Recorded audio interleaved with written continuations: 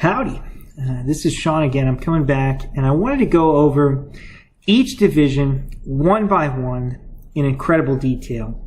I started to do about 15-20 minute videos based on some of the problems that I saw estimators do, but this video series I am going to go through each division, walking through it especially with a focus on actually doing the work, the engineering that's underlying all the work that we do, and then because we understand those elements of it, being able to actually price it. I have a subcontractor right now that his name is Mamoke, and I've actually used him for my own engineering firm. He's been working with me, and he sent us a set of plans to do a takeoff for, and it's for a big company, and we've priced it out with our plumber. We have priced it out for the civil, which is something that Mamoke does, and Mamoke has even looked at designing it. So the first thing I want to do is I want to actually talk about the underground forces that we're looking at, because I haven't actually talked about the underlying engineering of it. So when you're installing things underground, the most common way to do it on a new plan set, and I'm going to zoom in here, this is a new convenience store. And so we have a square lot that's on the corner here. They put a building as far to the corner as they could. They have a really big turn lane that comes in like this. I think they have underneath here, they have gas pumps, right? And then they have some parking in the front so they can have a convenience store. And then inside the building, I'm not sure if I even did this, but I'll show it if I have it. They have a little kitchen in the back.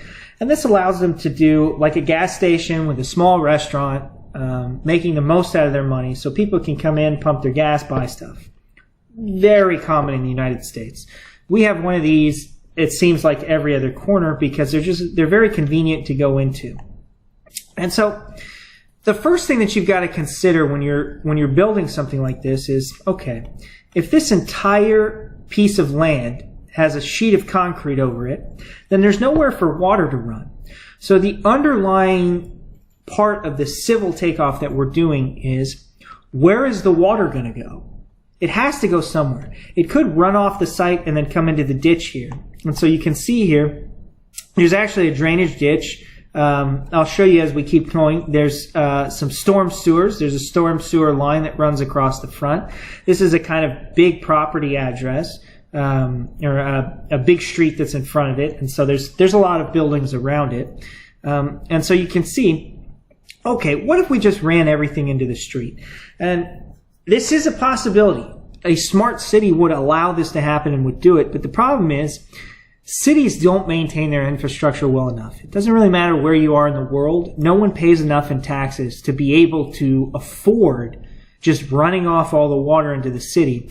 And the city's not agile enough. They're not able to change and adapt enough to grow their infrastructure to be able to meet the new developments. Because you've got to recognize, let's say that this is all a piece of new land and the city had enough storm water capacity to hold all the water for all the buildings way over to the right or way over to the left, and now there's this big buildup. Well, they would have to come in and redo all this pipe work, and they're not going to do that. So what they're going to do is they're going to make you do this on the job site. Okay, so we're talking about storm. When you think of the forces that are acting on storm, there's really only two things to consider. One is that water needs to slope in one direction. So if it's raining and at the top of this, everything is supposed to flow downward. And I'm going to grab my pen here and start drawing it so you can see it. Imagine if it's raining, and the general principle here is probably going to be run all the water this way and then somehow connect it to this line. And this isn't very complicated when you think of it just logistically. How are we going to move all of the water for this whole site? Well, it's got to go into this line. Okay. Well, we're going to have to hold some of the water because eventually it's going to get into that line, but there's not enough capacity in the line. If everybody put it in the line, this line right here would overflow and you'd have water just pouring out, and then it'd start ponding and pooling and start creeping up towards your building. And then if there was a flood, which happens all the time in Houston because it rains, we're in a hurricane zone, the water is going to come up. It's going to hit the building. So it's a problem. So what we do is we put stuff underground, all the way underground, and then now we can store the water. Now I'm going to continue on and show you all of the different calculations that engineers do to figure out how much capacity there is, because it's based on the size of the property. It's based on how much space that you have that is impermeable, which means is concrete, is pavement, asphalt, whatever it is that water cannot travel through. It's based on all of those numbers. And when you're actually putting the pipe in the ground, one thing you want to make sure is that the slope that's moving from here to here is not too extreme. Because if you could imagine, if you have off to the side here, if it's kind of sloping down like this, then water is very calmly running. But if it's dropped off like this, and there's a whole bunch of water that comes down, a person or a vehicle or what have you that's standing down here, they're going to be like, oh no, and the water's going to hit them, and it's actually a very serious problem. When you're doing an infrastructure design for a subdivision, which is something in the U.S., the most common is going to be, there's a street that winds like this with an exit somewhere, and there's houses all like this, all the way through, all the way around it, right? If the subdivision drains from here to here, and it's a long way, it can pick up so much water that by the end of it, it's flowing like a river, and it actually starts moving cars. And so we have very strict guidelines on the slope. I think, I'm just spitballing here, I think it can't have more than a 4% slope. And these things are pretty important when you're installing it, because if you mess this up, you're really screwed. But apart from that, if you think of the pipe that goes into the ground, there's no force that's acting on the pipe outwardly, right? The only force that's on the pipe is coming, it's the water that's actually in the pipe at the bottom of it. That's the only force. And so the reason that I'm mentioning this is because different pipes with different connections have different forces acting on them, and those considerations add tremendous amount of cost to the job, and they change what pipe is used, how they're installed, and how it's done. So this right here is a ductile iron pipe. This is used because it can withstand a tremendous amount of force. And so you might wrap this around another pipe. If it's welded here, because it's iron, the difference between plastic and iron is with iron, you can actually weld the thing all the way through. If you had an oil pipeline, you might create pipe like this. And there's all kinds of coatings that go on these pipes whenever you do it.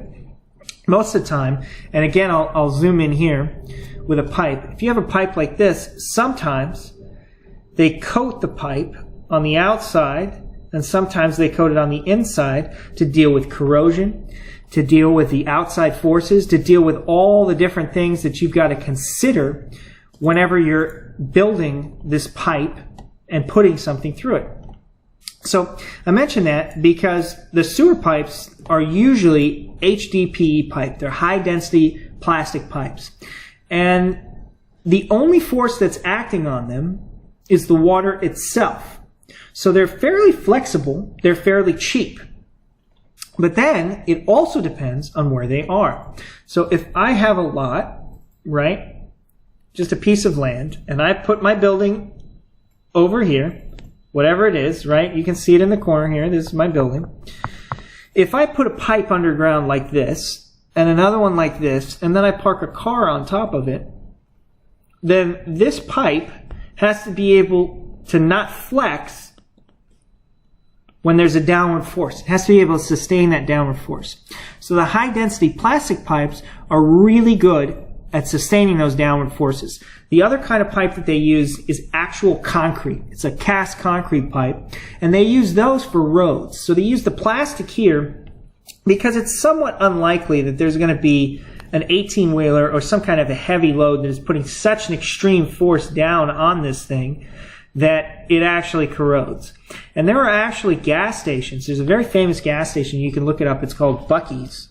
I would tell you to look it up because it's very famous in Texas. It's something else. It's thousands and thousands of square feet. I mean, it's a massive, massive store. I mean, a store like this, Buc-ee's on this site plan is probably off the page, so large. They sell all kinds of stuff, everything that you could possibly imagine there. But they don't allow 18-wheelers into their parking lot. And one of the reasons they don't allow it, and I know this, is they put this plastic under there rather than concrete pipes. And so when you do that, it's far cheaper to be able to do that, and you don't need to consider all this massive amount of force that's coming on these pipes. If you are, and you do have to consider it, like let's say you put it under a highway. So if this pipe, you can see Fuqua Street here. You can see kind of how the street curves, and there's a street like this. If you were to put the pipe under this street, I can all but guarantee you that the city of Houston is not going to allow you to do that in high density plastic. They're going to make you do it in concrete. And the difference in cost is probably 2 to 3-fold on the actual pipe itself. And I'm mentioning this because it's all about the design. I will have designers watching this video, and so I want them to be aware of what these requirements are as well, and the different considerations that you have when you're doing them. Now, we talked about the storm pipes, but another pipe type is this green Schedule 40 SDR pipe. This is your sewer pipe. And the sewer pipe is the same thing. The sewer pipe really doesn't have any forces on it except for the sewage sludge that's running through it. And generally speaking, sewer pipes are not very full. They'll never there's no flooding event in a sewer. I mean, maybe everybody could get a bad case of diarrhea or having to poop a lot, and I guess you could potentially overload the pipes, but it's very unlikely, right? So in a storm event, the water line might get very, very high. I'm trying to draw this in. And it might get way up to the top, but normally in a plumbing thing, it's like this. But in a plumbing thing, there's also a different kind of plumbing pipe where you do actually have a pressurized pipe.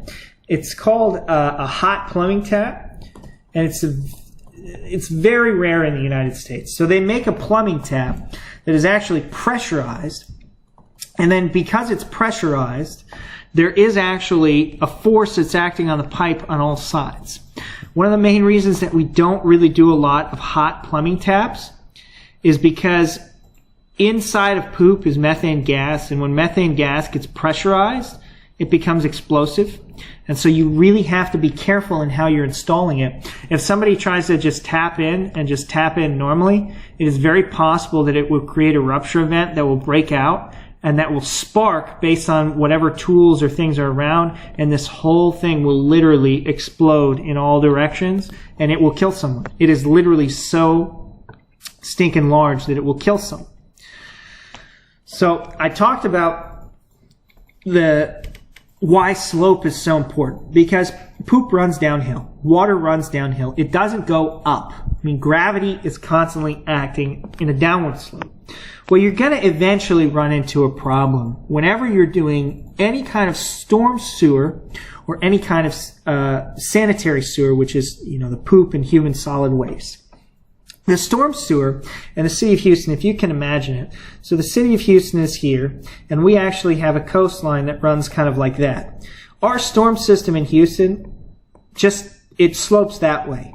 I mean, it just does. And it actually runs, there's a big bayou right here that runs in, and it's like a bayou is it's a very slow moving river. It's still water that kind of moves.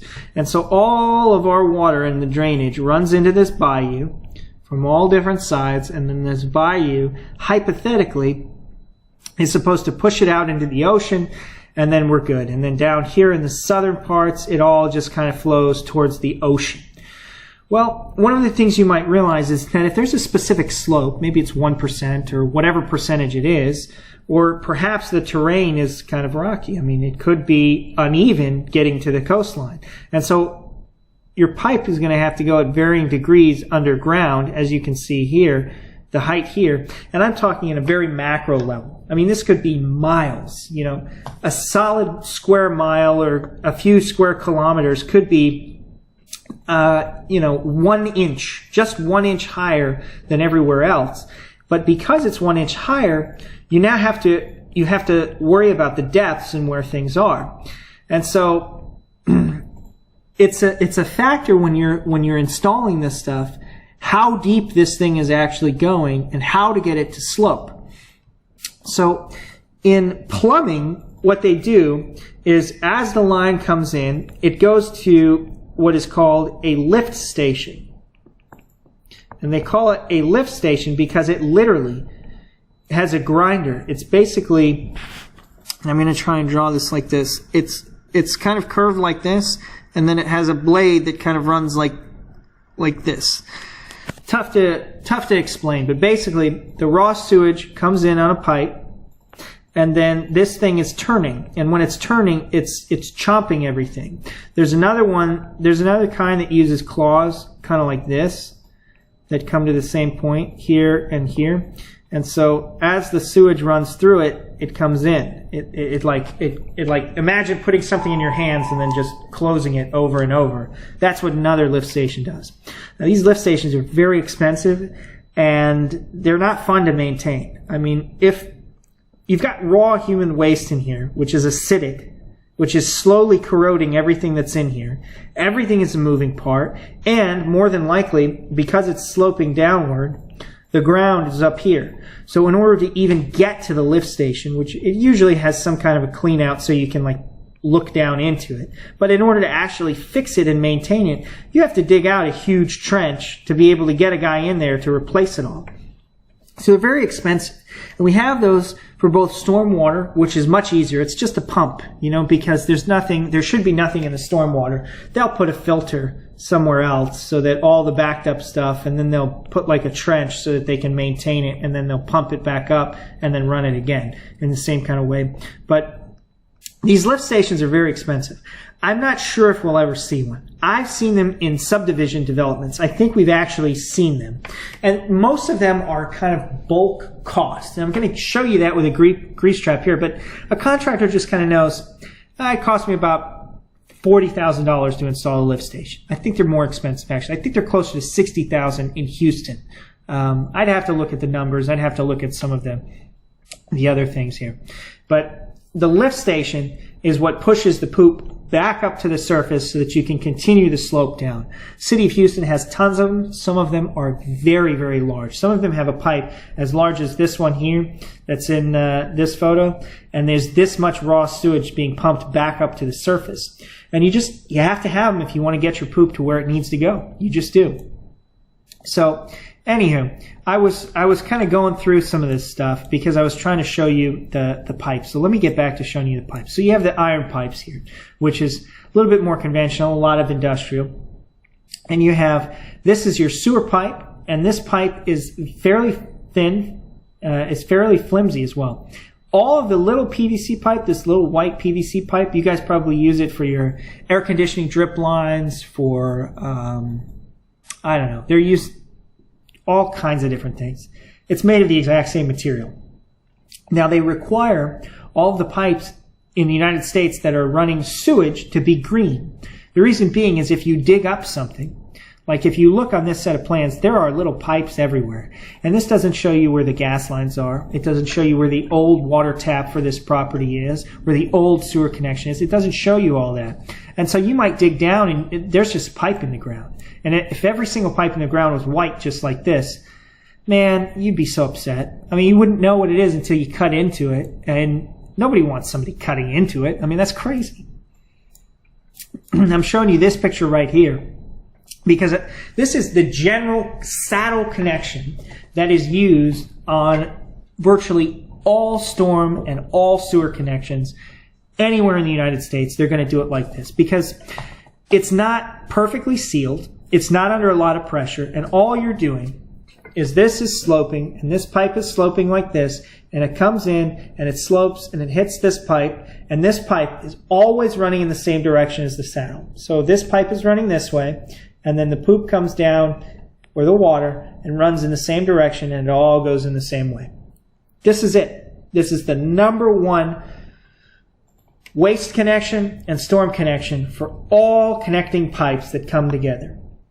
And it just makes sense because if you're thinking about stuff that's flowing this way, just like this, there's no real force on it. There's nothing that's pushing up on this. There just isn't. It's just running in the same direction. Now, if it overflowed, it's actually possible, depending on the connection. Now, they put clamps on it here to make it super tight. You can see how they're screwed in here to make it tight. But it's actually possible that some of it starts leaking out at these connection points. Obviously, they're done in a way that they should not leak out, but this isn't rocket science. I mean, this is a bunch of laborers who aren't paid nearly as much as they want to get paid putting it together.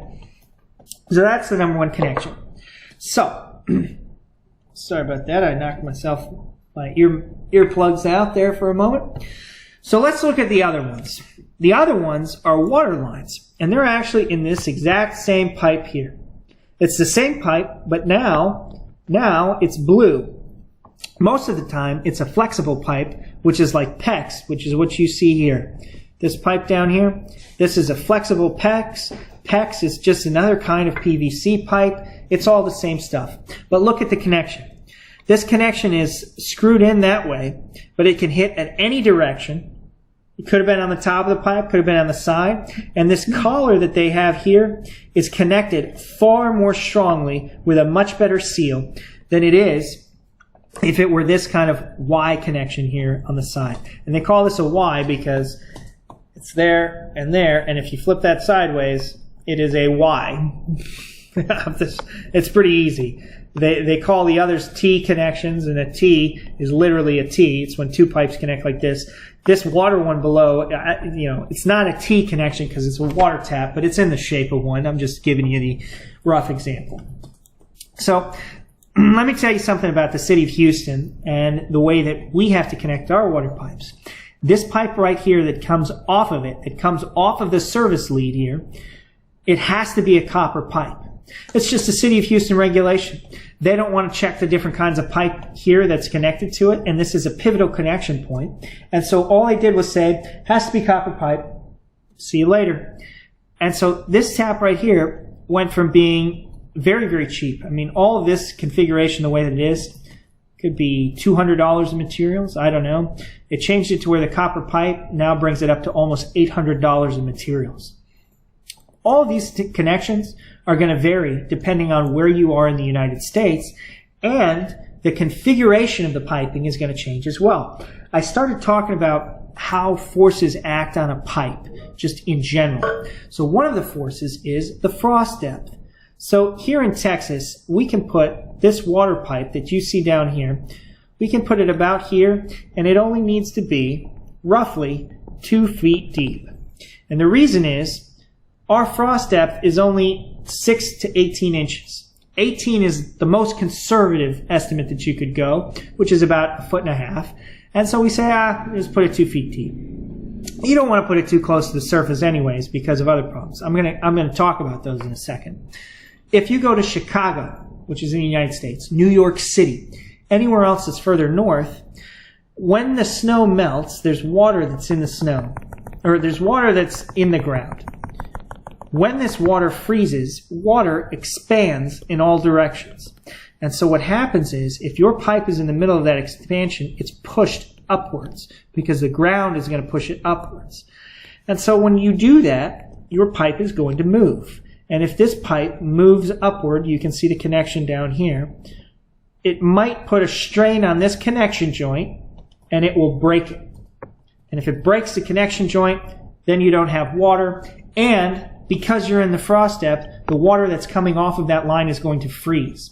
So now your plumber has to get a chisel and a hammer out and start chipping away at the water that's coming out. Huge problem. Absolutely huge problem. So you always have to put it at least below the frost depth. Now, the reason that I mention this is there's always expansion and contraction in soil because there are seasonal water tables where if there's a rainy season, especially in India, if there's a monsoon season, then the rains come and they flood everything and the soil expands.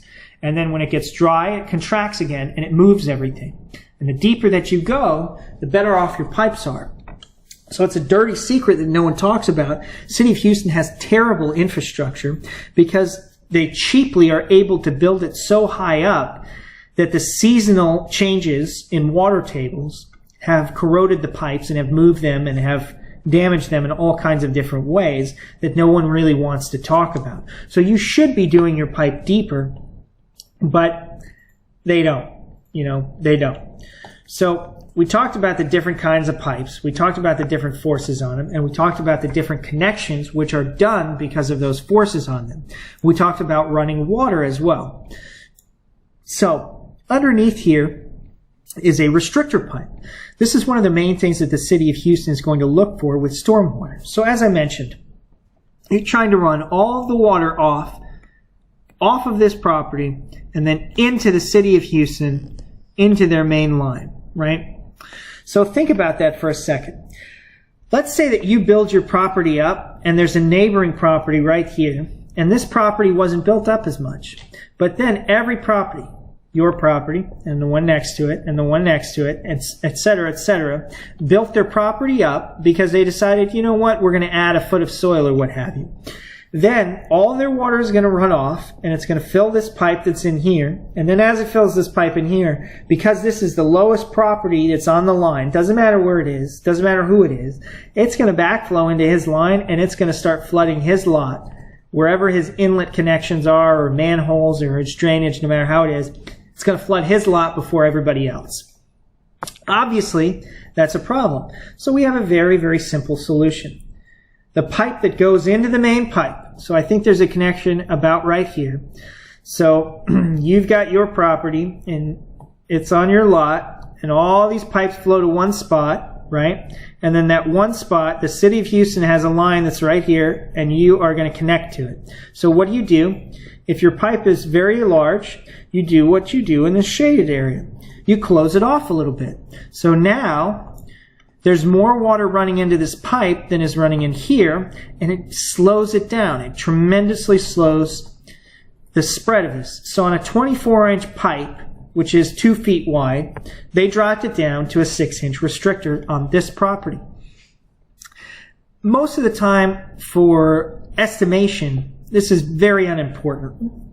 Everyone knows that they're going to have a restrictor pipe. They know that when they're connecting into the city of Houston or any city's line that they're going to have to do this. But it's important to understand why it's there and what we're doing with it. And so here's some of the math that's involved with it. And the city of Houston will literally have them print this math onto their page to figure out exactly how they did it. And this is very standard. You can do this in a spreadsheet. So this is figuring out the restriction size. And then on the inlets, which you see here, I'm going to go through the actual looking at this project and where it is. And it's this one over here. There's a bunch of different pages I had. So essentially, what they did was they said, okay, we need to get this water in. So every one of these squares that you see, every one of these squares that you see here, I'm trying to draw them in, they're inlets. And I think I had I didn't get a picture. So a storm inlet, really easy. They look like this. There's all different kinds of inlets, and they're going to tell you which one. Most of them, this is a park drainage inlet. This is the actual one that's in there that's on the plans. I don't know if it's this exact model, but it's the same company that makes them. And they might come in the curb and look like that, but all of these are kind of these square ones that pop up into the center of the plants. Very, very normal. And so these inlets, just so that I have some room to draw here, these inlets, they're going to be here, and then they're going to have a slope into it, and then they're going to come down. And they're going to come down, and they're going to run into a pipe that's running like this, and that's the bottom of it. This one on the top here is the start of the whole thing. So actually, it's like this, and it runs over here, and then somewhere else, there's another inlet that runs over here, and then somewhere way down on the line, I'm just kind of going, there's a final connection, and you've got your pipe, and it runs here.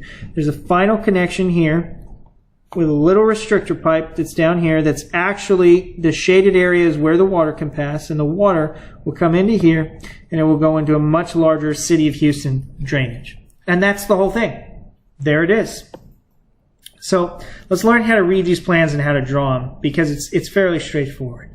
So the city of Houston and virtually all municipalities at this point, because they just want it, they want an elevation survey. And so what that elevation survey does is it goes, okay, a meets and bounds is going to put the four corners, and if there's any turns, and they're going to say, this is your lot. And so here's the meets and bounds. What an elevation survey is going to do is they will come back with a machine and they will dot it, and they'll say this is 50 feet. This right here is 50.1 this right here is blah, blah, blah, blah, blah. And they will X all over this lot to know the exact elevation. Now, I think it's kind of stupid because it should be really easy and really obvious in most designs that you're going to take off the topsoil, which we're going to talk about in some of the civil work as we continue on in this lecture.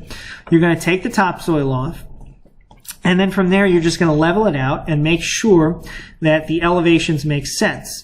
And so your inlets, if your inlet is here, then you need to make sure that this point right here, where it is lower than, say, your building that's right here. So the water should be running, just free-forming it here, kind of in this direction towards the inlet.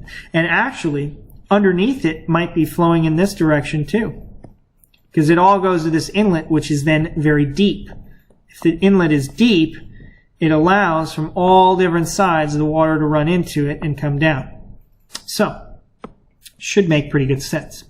So when you're doing a takeoff, for the storm takeoff, you need to figure out every single one of these inlets, right? Then you need to give an average depth.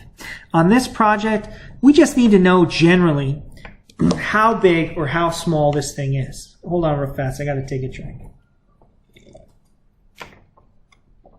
If you're designing it, then generally speaking, you're trying to make the flow line up with how it's connecting in the city of Houston's existing line. Because remember, you got to connect to them at some point, and you're going to go with a generalized depth that makes sense, it's easy to put in. There's a couple of different factors, and we're probably not going to get to the point where we're ever actually designing it that specifically. But you know, what's going on over at the top of it, they get stronger. The deeper in the ground they are, the pipe requires less reinforcement compared to if they're right on, and that makes sense. If you put it right on the surface and you drive over it, you know, it's going to crack. So there's other things to consider when you're drawing it. But the way that we do it right here is with these markers. So we will always do TG means top of grade. So remember when I came back and I said they come in and they drew all these little X's. You can see them, 51.52. They drew all these little X's everywhere on the set of plans. That's their topographical survey. So they figured out where the top of it is, and they said, okay, well, we need to be kind of low. So you can see here, 51.52, you can even see the arrows because they drew them in, is going towards this inlet. And then the flow line is 44. So I can tell you that's 50.9 minus 44.02, and that is how deep this thing is. So roughly 6 feet deep. And so that 6 foot depth is important because if this thing is 15 feet deep, and you might see these plants. I mean, I really don't know what these engineers are going to do. The cost difference here is 3 to 4 times as much. Easily. And I'm going to show you why in a little bit when I show you how to actually install them. But you've got to recognize just the generalized depth. So on this one, 6 feet is pretty standard. I mean, it's like just dig down a bit and then stick the thing in.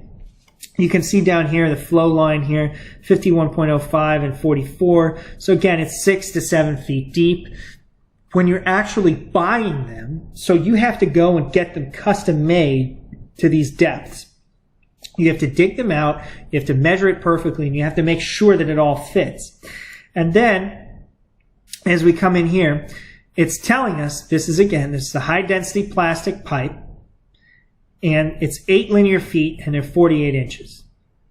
So you've got to come through here, and you'll mark it on Planswift, the lengths, but it's telling you as well. I don't care which one. I mean, as long as you know that this is 45 feet and this is that, you're going to come in, you're going to tell us what the inlet type is, you're going to give a generalized depth. If it's 6, 7 feet, just spitball it. I mean, you don't need to get that exact. Then you're going to tell the different linear feet. And so what will happen is the contractor is going to say, I don't know what he's going to charge, but for this inlet, he'll say $3,500 per inlet. And so we'll mark each one, and then he'll say, well, this much for that. And so that's how we'll get our numbers for the whole storm. And then, and this is the important part that a lot of people forget, you need to know how it's connected. If it's literally, and there's a bunch of different ways, but if it's literally just going into a ditch, there's no permit fee. So there may be a drainage ditch like this, right? And your building is over here, whatever, and all of this groundwork, comes out to here, and you have your pipe and your restrictor coming into the ditch, and guess what? There's no permit fee, or a very small permit fee, it's maybe a few $100s at most, to drain into the ditch. But if instead of a ditch, it's an actual city line, and the thing is here, and you have now tapped into this massive city line. Guess what? You now have to dig it out. You have to tap into the line. You have to do a hold on this line because it can't be flowing too high. There's all kinds of different things that you have to do. And this right here could be $2,000 in permits. And if you miss these numbers, you're done. I mean, you are done. Next thing to consider whenever you're tapping into it, and this is very important, is where is the tap? So on this set of plans, it's pretty easy because the tap is right there. It's in the middle of a street and it's right out front of their property. But in other projects, shoot, man, imagine if this tap ran all the way over here and tapped right here. You'd have to dig under this entire street because this is a street right here. That's more money. On this tap, they're going to have to cut into the street like this around it, and they're going to have to tap into it. So you need to know tap is located in the street, close side. We call it close and we call it far. This is obviously close. This is obviously far. And I'm going to get into that with all of the different taps. So there's a huge change in cost depending on where those taps are and how big they are. If you're looking at something like this, the existing storm is here, right? And the existing water is even closer. So the water is not in the street. You have to say that the storm is in the street. The water is a close side tap. It's a 2-inch tap because it says the 12 and 4, and I'll show you the water plan after this. But you have to tell us where these taps are. And if you don't mention that this water line is over here, the difference in the water tap being here and being here, if this line were on the other side of the street, could amount to $4,000 or $5,000. And on this bid, that could be 4 or 5% of the total bid cost. So again, you have to know where this tap is going in, and you have to label it correctly as a short side tap or a long side tap. Same thing for everything. Now I'll say even one. This is a right-of-way, and it's in West Fuqua Street.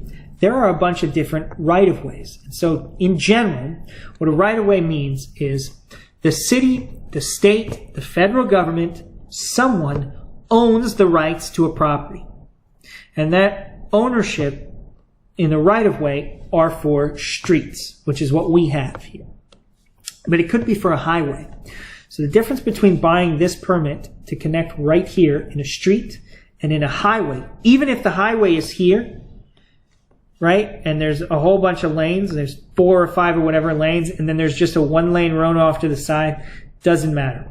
This changes this number, adds $6,000 to $10,000 in permit fees just because I now have to deal with, in Texas, it's going to be the Texas Department of Transportation. In New York, it's the New York Department of Transportation.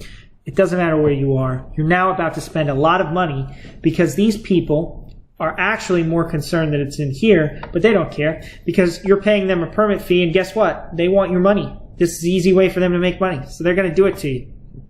So you also need to consider what kind of right-of-way is it, and where is it in the right-of-way? Is it under the street? What kind of right-of-way? Close, long? That pretty much knocks that out. So this takeoff, when we did it, was done correctly. I had no problems with it. We've got over here, we actually have PVC pipe up here rather than high-density plastic. And the reason we had that, again, think about the forces. It's only an 8-inch pipe, and there's no cars driving over it. So they get away with a cheaper pipe because PVC is cheaper than HDPE. Again, interesting that they talk about it. Now, it says with blocking. One of the things that I'm going to try and show to you guys is a channel here. It's called Practical Engineering, and it talks about why you need blocking in pipes, all kinds of different things. This one is why concrete needs reinforcement, and so it talks about concrete. So remember, there's all this water that's flowing this way, and if it hits this pipe, and you have one pipe that's coming here, and I have it off to the side here. And then you put in another pipe that turns like this, right? And then like this. Then all of this water hits this and is pushing this pipe connection here. Sorry, this is kind of crappy because this invite someone keeps coming up. I don't know why.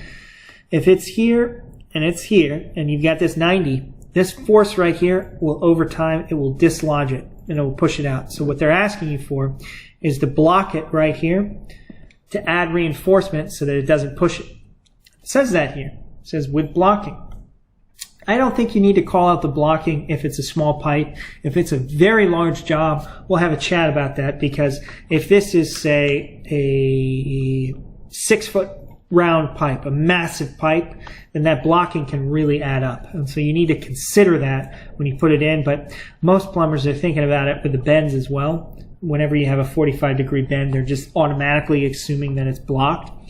And so, you know, I think that's a good consideration. So this right here is all the storm. I think we talked about it in depth. You guys did a great job initially taking it off. There were a couple of estimators that did it, and we have that all in the template.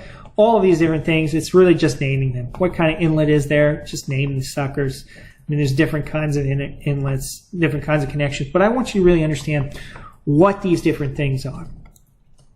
I'm coming back here. This again shows you quite a bit of the storm work that's right here. You can see it. And then as we continue, this is the concrete and pavement. Now I like this set of plans because it had tons of notes. These notes are overkill. They are massively, massively overkill. I'm going to mention a couple more things as we start looking at it. And this is for my drafter as much as it is for my estimator. So the existing items that are in the ground are going to be a lighter shade than the new stuff. And you can see it here. You can see the difference between the text. They're a lighter line weight, and they are lighter in general. It's as if the new stuff is bolded. And so you have to bold it. I like it here. Work in right of way. This has its own separate project number. That's how much the permitting is taking. So if you're drafting this stuff, basically you're going to start with a survey that has the existing stuff, and then you're going to change your line weight and go over the top of it. Let's look at some of the concrete stuff as we go through there. So we put in all of our storm. I got to look here. Did I even put the water in the sewer? I could not find. I had it somewhere, guys. I had it somewhere. I swear I did. But I don't know where it is. That picture is for a little bit later. I'm going to show you. So the water in the sewer came in here. It had the tap in here. They had another page that I've left out because I'm working too hard, guys. That's why I'm trying to train you guys. I really want you to be able to help me on this stuff, because this is where the value comes in that we're really able to provide. So we had a water line that came off the back of the building. I remember it. It came down here. It had a slope, and then you can see the existing water line that came in here, and it said 2-inch tap. So the important part is understanding the diameter of the water line, and then understanding the tap point, and then basically just knowing how far it was run. I mentioned a while back that I would talk about there's a grease trap right here. And so a grease trap, basically grease in general, and I think I'm gonna link a video. It's a really funny video. In London, they have what is called greasebergs, something like that. They're conglomerations of fat that go into the sewer system because every human waste and restaurants will dump their grease into the sewer, and then it will conglomerate and it will actually clog the sewer lines because there's so much fat. In China, and this is disgusting, there are people that actually go into the sewers to fish out this grease, melt it down, and reuse it as cooking oil. It's disgusting to be melting down human waste. But the way that the United States gets around it is as the waste comes off the building. So your waste line will come off the building, it will connect here, it will pop through this trap, and then it came down here, sloped down, and then we connected down here deeper into the thing. I have to look at the connection, but it's there's an existing water line here, there's an existing storm, and there's an existing sanitary stub out, which is what I wanted to show you. So it comes through here, this grease trap. I think my plumber said it was $12,000 to install this. It's a big concrete trap, and it's pretty easy. If you're looking at it from a side view, it just kind of looks like this, and it's got a couple of chambers, and as the poop flows in, it gets stuck in here, and then there's a clean out valve, basically, that you then come in here and you pump it out. You pump out all the grease, and there's a service that comes and does it. And in fact, in the city of Houston, and most large municipalities, they have a 6-month inspection on your grease trap to make sure that you're actually pumping it out, because if you saw by the thing, it will actually overflow, and then it'll overflow into your line, and then there's no point in having the grease trap if you're not going to actually clean out the grease. So they make you clean out the grease because it's such a big problem for municipal sewer lines. So I mentioned this sanitary stub out because after it got through the grease trap and it came down to here, we now have a stub out. And so I mentioned the tap that they had, but a stub out, essentially, and I'm going to back up here so you can see it again, essentially a stub out already has a tap. So a stub is, if this thing ended, it just ends at some point. Sorry, I drew this like crap. But it just ends, and they put a cover on it, put like a little cover that comes all the way around it, and they close it out. And then your job is to come in with your pipe and pull the cover off and attach it. Wow, cool. It's very rare that you're going to see a stub out, but this plant set had it, and I was pretty happy that it had it. So they don't have to do this whole tap, this thing that I showed you. And so you need to call out in the set of plans how you're connecting the sewer line to the municipal line. And so in this one, you're connecting to the stub out. Normally, you're going to be connecting with an actual sewer tap. Very, very interesting that this one has a stub out. It's very, very rare.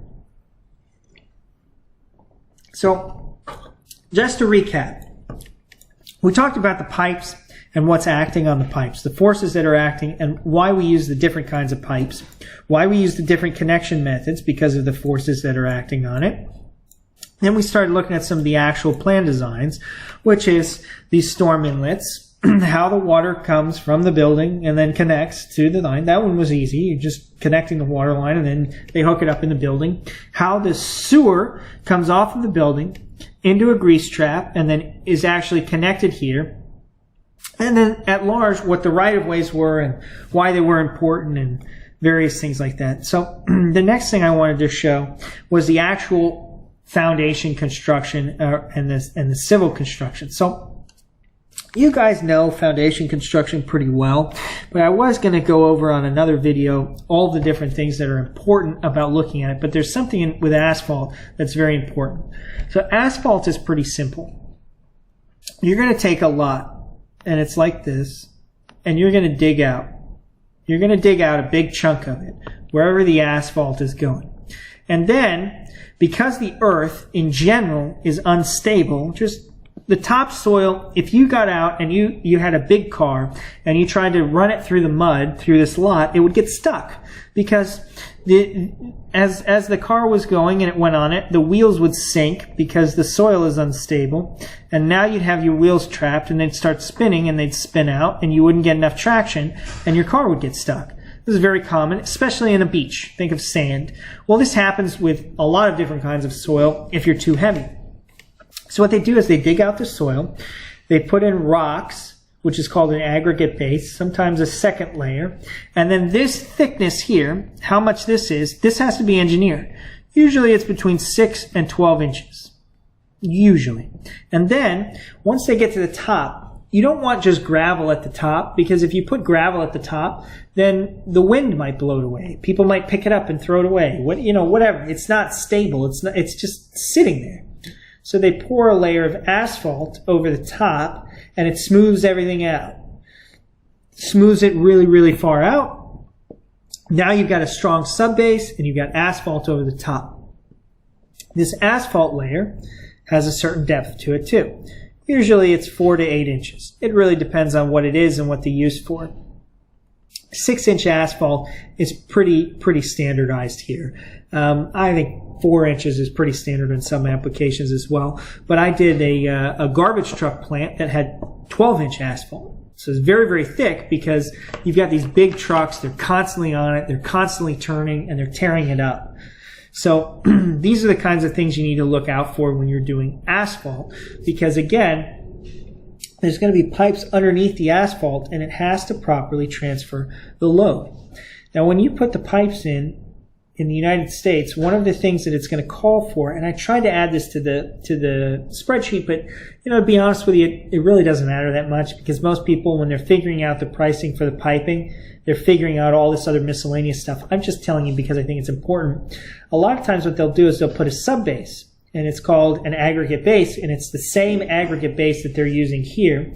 And depending on the pipe, they may put it all the way around the pipe. And what they'll do is they'll just dig like a square trench, and then the pipe goes in, and then they just fill it in. And that's all there is to it. And that aggregate base stabilizes the pipe to keep it from shifting over time, because again, you want as stable a soil as humanly possible. You really want to be able to lock the pipe in and not have it move at all. And so this aggregate base can be pretty expensive. I think it's $450 a truckload in Houston. And, for this project, I'm just guessing, without the asphalt, just the pipes, it's probably close to 5 or 6 truckloads. So you're spending a few $1,000s on this stuff. It does add up. I mean, it definitely adds up.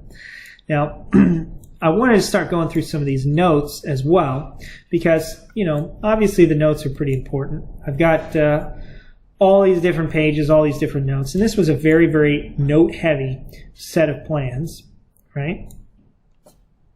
And you can see, sanitary sewer and the grease lines are PVC Schedule 40. That's the green pipes that I showed you. They're going to start calling all this stuff out.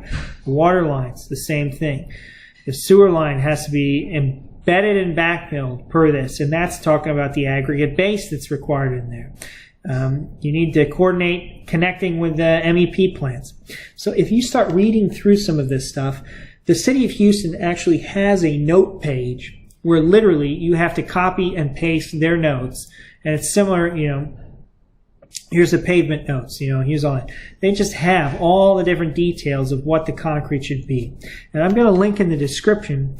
Again, this is why concrete needs reinforcement. And there's this guy's got a great channel over concrete. He has one, does rebar rust, all these different things. I mean, they're fantastic ones. But one of them is actually the PSI of concrete. So it's the strength of concrete, and it depends on the mix that's used. And so here in the U.S., we even call out the PSI. 3,500 PSI is pretty standard for any kind of commercial use. But they may ask for 4,500. They may ask for 5,500 PSI. And 5,500 PSI is much more expensive. So again, you need to know what's being used and why. The PSI of concrete is going to keep it from cracking when heavy loads are on it. So if there's that 18-wheeler again, they require heavier PSI. For road construction, not standard roads, but highways, feeder roads, which are just off to the side of the highway, that little 1 or 2 lane that's off to the side sometimes when you exit. All of those roads are going to have a higher PSI of concrete, and they're going to have more rebar. And that's all going to be called out in these notes.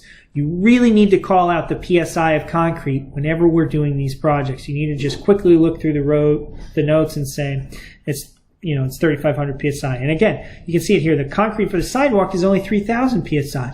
It's cheaper concrete to make. It really is. It has a higher, amount of water, percentage of water in low PSI concrete. And water obviously is very, very cheap. It's probably the cheapest thing that you can buy in bulk. It's just simple. So those are the notes. This is how it's installed. I added this down here so that you can see. A lot of times they're going to trench out these projects. And I mentioning whether it's 6 feet or whether it's more. These are very small footers. And so this is, concrete is going to be poured in here. Usually it's going to be poured over the top here.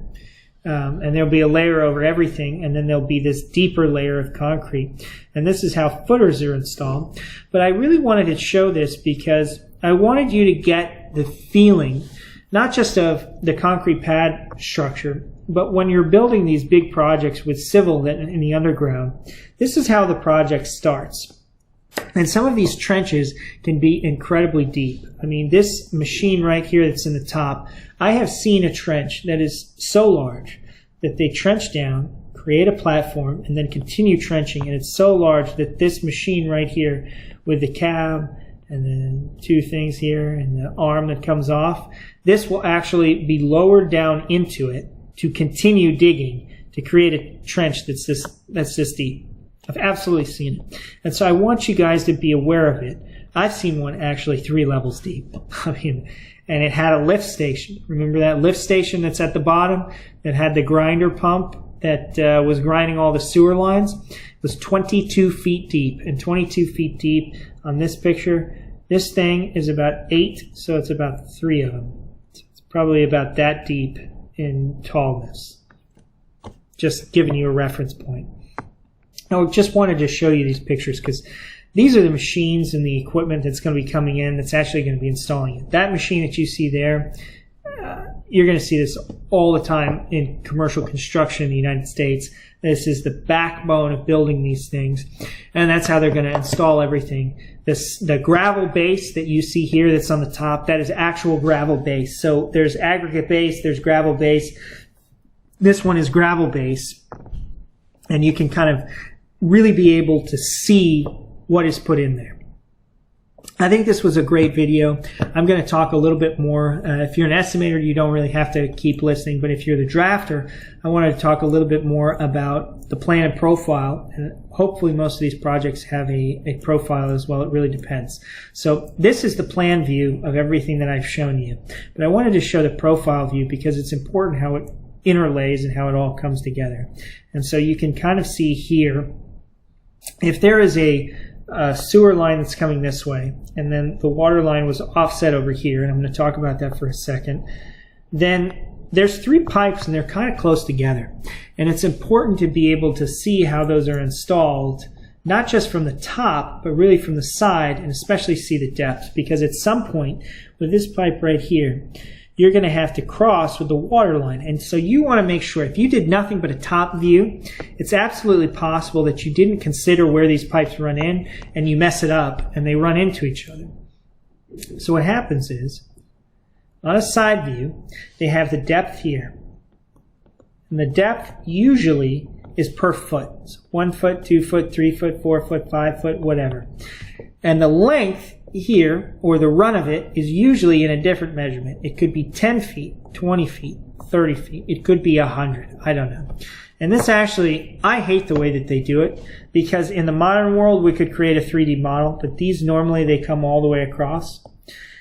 Because what happens is, if this is 10 feet, and your square box is like this, and let's say that it's 1 foot this way, and it's 1 foot this way, because it's a square, now this square is going to be this wide, and it's going to be 1/10 of one of these.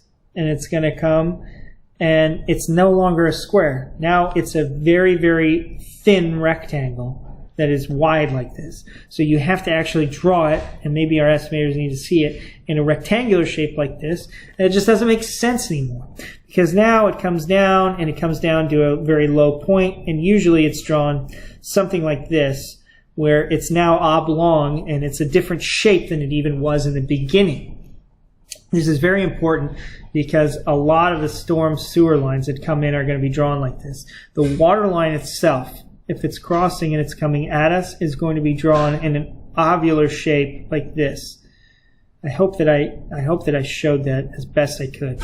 Even if it's a circular pipe, it's now an ovular shape. It doesn't make any sense to me whatsoever. I think it makes it confusing, but that's the way we've been drawing it, and so that's the way that it's drawn. And so the plan and profile is done because you're going to basically take it piece by piece by piece, and what's in the foreground is going to be dark, and what's in the background is going to be light. But if there's a crossing, let's say there's a water line here, and there's a storm sewer line that comes, and it comes like this. I'm sorry that I have those lines there. I'm going to get rid of the lines. They need to actually still be there, but I'm going to get rid of them for clarity's sake. So you'll have your oblong-shaped water line, cylindrical or whatever we're calling it, and then you'll have another line that comes down, and it comes like this. And so inside the pipe, they're going to say the linear feet, it's 100 linear feet, and then they're going to actually call out what the pipe is as well.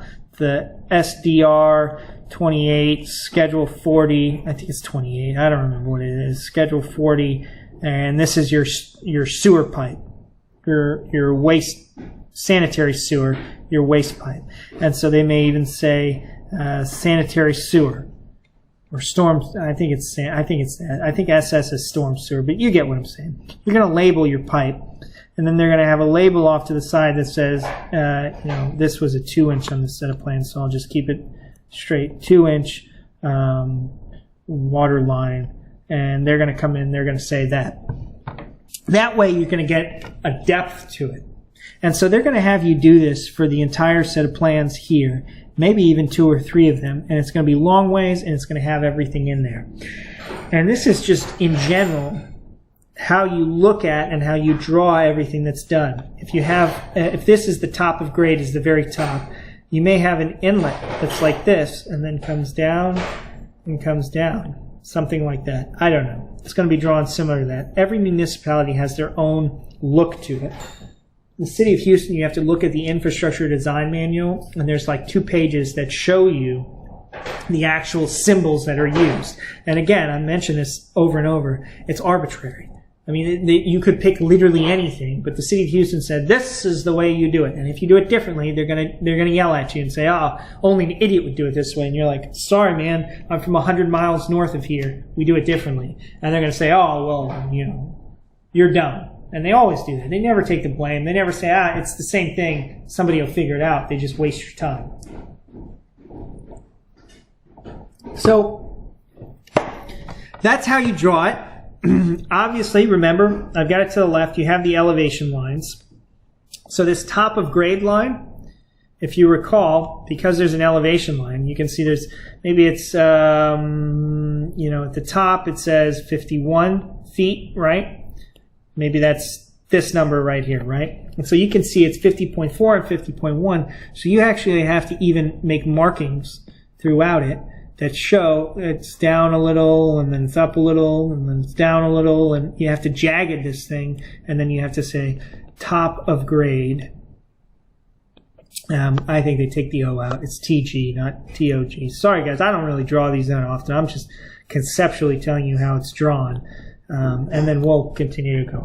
And so that's telling you the top of grade. So now you know where you are in space. You know the top of grade. You come in. They may have one that's an existing. They may have one that's new, because the new top of grade might be here. They may say take 6 inches off the top everywhere, and now that's your top of grade. And now all of your inlets, all of the things that come in on the top have to do it. And this also is going to help visualize exactly where everything is. Both for the estimators, the contractors, anybody that's doing work, they're going to be able to actually see what's going on here. And that's how you draw it. You draw all these different things. Some things to consider are clearances. If this is a sewer pipe, and this is a water pipe, and there's not enough clearance here, you have to put another pipe around it that's iron for 10 feet on both sides. In the city of Houston, at least. Could be different otherwhere. And the reason is, if it leaks, it's now leaking off to the side and it's away from your water line, and we don't want to mix raw sewage with water.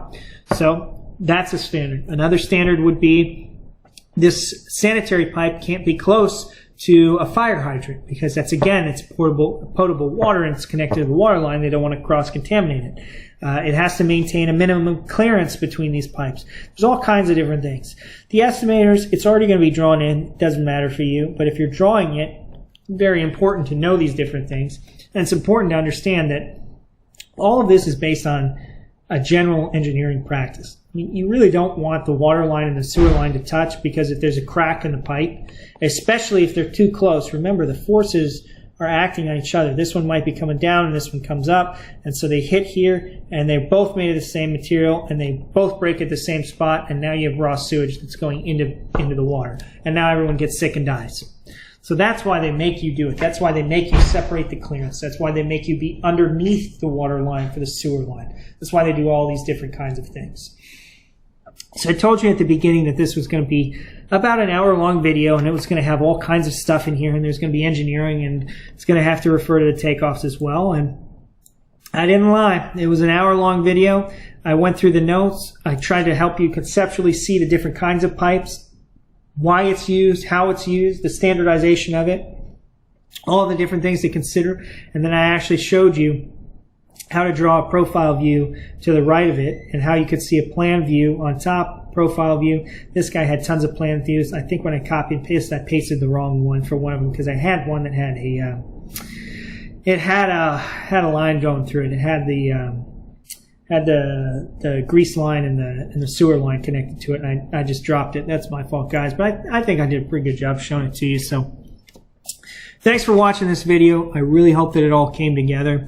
And if anybody has any questions, check the video links that are down in the comments. There's more video links there that you can learn more about concrete.